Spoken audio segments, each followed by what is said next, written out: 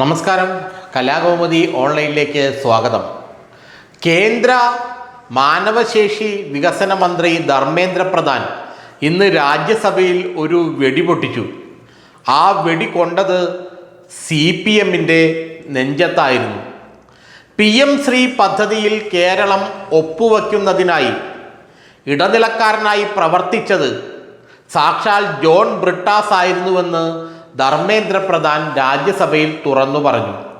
PM Shri പദ്ധതിയിൽ കേരളം ഒരു കാരണവശാലും ഒപ്പുവെക്കില്ല എന്നാണ് CPM പറഞ്ഞിരുന്നത്, മുഖ്യമന്ത്രി പിണറായി പറഞ്ഞിരുന്നത്. കാരണം PM ശ്രീ പദ്ധതി എന്നാൽ അത് വിദ്യാഭ്യാസ രംഗത്തെ കാവ്യവൽക്കരണമാണ്. അത് CPM ഒരിക്കലും അംഗീകരിക്കില്ല.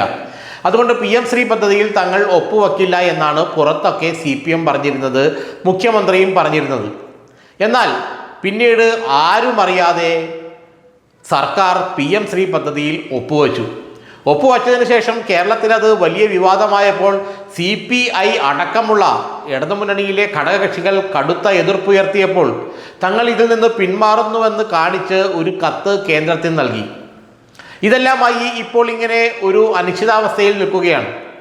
എന്നാൽ PM ശ്രീ പദ്ധതിയെ സർക്കാർ ഒപ്പുവെക്കുന്നതുമായി ബന്ധപ്പെട്ടുള്ള ചർച്ചകളിൽ ഇടനിലക്കാരനായി പ്രവർത്തിച്ചത് ജോൺ ബ്രിട്ടാസ് ആണെന്ന് കേന്ദ്രമന്ത്രി ധർമ്മേന്ദ്ര പ്രധാൻ പറഞ്ഞതോടെ CPMൻ്റെ നെഞ്ചത്ത് തന്നെ വെടികൊണ്ടു എന്നും മാത്രമല്ല മൂട്ടിൽ തീ പിടിക്കുകയും ചെയ്തു. കാരണം വിദ്യാഭ്യാസ രംഗത്തെ കാവ്യവൽക്കരണത്തിനെതിരെ ഘോരം പ്രസംഗിക്കുന്ന മുഖ്യമന്ത്രി അടക്കമുള്ള CPMകാർ പിൻവാതിലിലൂടെ BJPയുമായി അഡ്ജസ്റ്റ്മെൻറ്റ് നടത്തുകയായിരുന്നുവെന്ന് തെളിഞ്ഞു. PM ശ്രീ പദ്ധതിയിൽ കേരളം ഒപ്പുവെക്കാൻ വേണ്ടി അതിനായുള്ള എല്ലാ ലൈസൻസ് വർക്കും നടന്നത്, അല്ലെങ്കിൽ ധർമ്മേന്ദ്ര പ്രധാൻ്റെ ഭാഷയിൽ പറഞ്ഞാൽ പാലമായി പ്രവർത്തിച്ചത് മുഖ്യമന്ത്രിയുടെ ഡൽഹിയിലെ ദൂതനായ സാക്ഷാൽ ജോൺ ബ്രിട്ടാസ് തന്നെയായിരുന്നു, നമ്മുടെ കൈരളി TV MD. എന്ന് വച്ചാൽ ജനങ്ങളെ പറ്റിക്കാൻ, ജനങ്ങളുടെ കണ്ണിൽ പൊടിയിടാൻ വലിയ തോതിൽ BJP വിരോധവും കാവ്യവൽക്കരണത്തിനെതിരെയുള്ള പോരാട്ടവുമെല്ലാം വലിയ വായിലെ പ്രസംഗിച്ചുകൊണ്ട് നടക്കുമെങ്കിലും 3000 കോടി രൂപ കേന്ദ്രത്തിൽ നിന്ന് കിട്ടുന്നതിൻ്റെ ഭാഗമായി രഹസ്യമായി PM ശ്രീ പദ്ധതിയിൽ കേരളം ഒപ്പുവയ്ക്കാൻ കാരണം ജോൺ ബ്രിട്ടാസ് ആയിരുന്നുവെന്നാണ് ധർമ്മേന്ദ്ര പ്രധാൻ പറഞ്ഞത്. ഈ ജോൺ ബ്രിട്ടാസ് രാജ്യസഭയിൽ കിടന്ന് ചന്ദ്രഹാസം വിളക്കുന്നത് കണ്ടാൽ നമ്മൾ അന്തം വിട്ടുപോകും. BJPയെയും മോദിയെയും ഇപ്പം മലർത്തിയടിക്കുന്ന രീതിയിലാണ് ജോൺ ബ്രിട്ടാസിൻ്റെ രാജ്യസഭയിലെ പ്രകടനങ്ങൾ. BJPയും മോദിയും ബ്രിട്ടാസിനെ കണ്ടാൽ മൂത്രമൊഴിക്കുമെന്ന് വരെയാണ് ഇവിടെ അന്തം കമ്മികളൊക്കെ പറഞ്ഞുകൊണ്ട് നടന്നത്.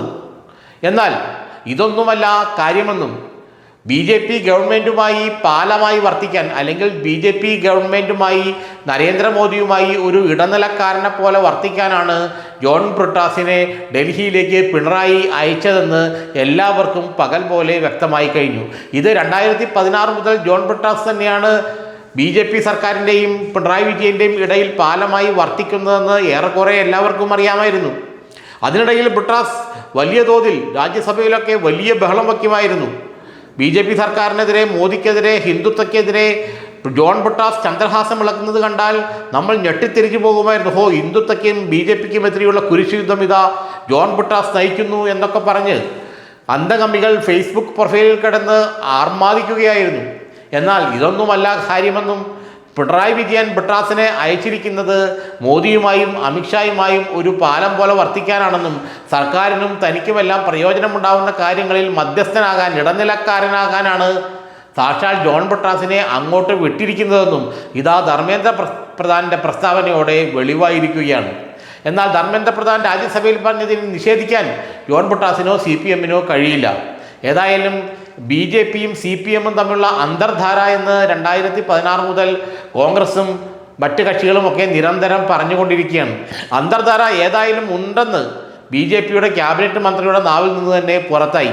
ഇനി ജോൺ ബ്രിട്ടാസിന് ഒരു ഹിന്ദുത്വക്കെതിരെയും BJPക്കെതിരെയുമുള്ള ഒരു കുരിശുദ്ധക്കാരൻ്റെ ആ ഒരു നിലപാട് തുറന്നു കൊണ്ടുപോകാൻ ഇനി അത്ര എളുപ്പമല്ല.